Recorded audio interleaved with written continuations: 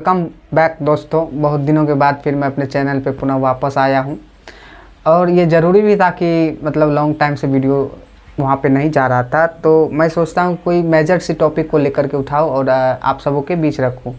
खासकर जो यंगस्टर है उसके लिए ये सब वीडियो खासकर काफ़ी मायने रहेगा।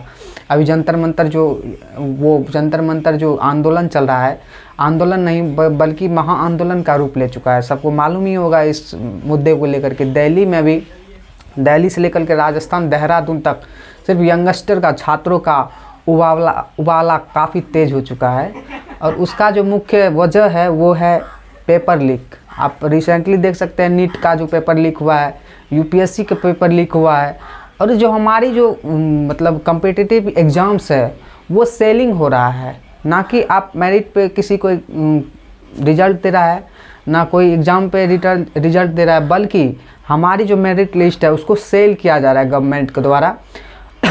अभी जो शिक्षा मंत्री है उसको कम से कम इस्तीफा दे देना चाहिए। नीट को लेकर के जो केंद्र सरकार है उस पर कोई कार्रवाई नहीं किया। अभी मिलियंस ऑफ स्टूडेंट्स जो है दिल्ली से लेकर के राजस्थान देहरादून को जाम कर चुका है, बेंगलोर तक जाम कर चुका है। उसमें उस पर लाठीचार्ज, बमबारी, आंसू गैस जहाँ तक हुआ प्रशासन द्वारा तबाह किया गया स्टूडेंट्स को। वो स्टूडेंट्स अभी तक पीछे हटने वाले नहीं हैं।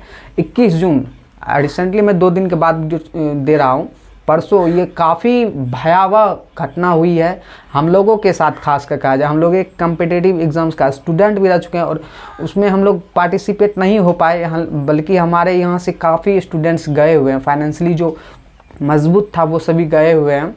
मिलियंस ऑफ स्टूडेंट्स वहाँ पे था, लगभग बहुत स्टूडेंट जाम, एक दिल्ली को जाम कर चुका था। इससे पहले केंद्र सरकार को सचेत भी किया गया था कि मान लीजिए आप 2020 को आप उठा करके देख लीजिए, 2020 में क्या हुआ था। शंभू घाट जो है किसानों के द्वारा जाम कर दिया गया था। लगभग अनशन, भूखमरी, सारा चीज़ वहाँ पे देखने को मिला था। पंजाब की सभी किसाने, बच्चे से लेके बुजुर्ग तक जितना भी था सब जाम कर चुका था शंभू घाट को। आप उसको देख लीजिए, उस पर भी सरकार किसी तरह का जो शासन है, जो उसकी प्रणाली है, उसमें गतिविधि में कोई भी बदलाव नहीं हुआ। उसको लेकर के सचेत नहीं हुई सरकार। और अब जो है प्रधानमंत्री मोदी जी, उसको कम से कम एक कार्रवाई उठाना चाहिए। वो सवाल को सुन नहीं रहे हैं और जो कुमाबंदी है, जो बोलने की जो तहलीज़ है वो बहुत कम बोलते हैं और एक्टिव उस पर नहीं रह रहे, ज़्यादा एक्शन रह रहे। देख लीजिए आप, एक्शन का रिएक्शन मिल रहा है अभी स्टूडेंट्स के द्वारा, तो ज़्यादा वार्तालाप नहीं हो रहा है। तो आप सिर्फ एक्शन पे भरोसा रखते हैं प्रधानमंत्री मोदी जी। तो ये कम से कम नीट का पेपर लीक ना हो, किसी भी बीपीएससी यूपीएससी का लीक ना हो, और कम से कम जो अभी शशि प्रधान है, क्या नाम है शिक्षा मंत्री का, उसको कम से कम इस्तीफा दिलवाइए। उस पर कार्रवाई कीजिए जो पेपर लीक करवा रहा है। इस पर तो कोई काम हो ही नहीं रहा है, बल्कि उनके अलावा जो स्टूडेंट्स है उस पर काफ़ी जो जोर शोर की जो प्रक्रियाएं हैं, जो मारपीट की जो प्रक्रिया है, उसको लगातार प्रशासनों के द्वारा उस पर चढ़ाई बोल रहा है। और बहुत ही दुखद बात है कि हमारे इस लोकतांत्रिक देश में हमें अपने हक और अधिकार के लिए मार खाना पड़ता है, लाठीचार्ज सहना पड़ता है, आंसू गैस भिगोना पड़ता है। अभी लगभग अस्पताल सुन्न पड़ा हुआ है, लगभग हज़ारों स्टूडेंट्स घायल पड़े हुए हैं अस्पताल में। इसका रखवाला कौन है, इसका देखवाला कौन है?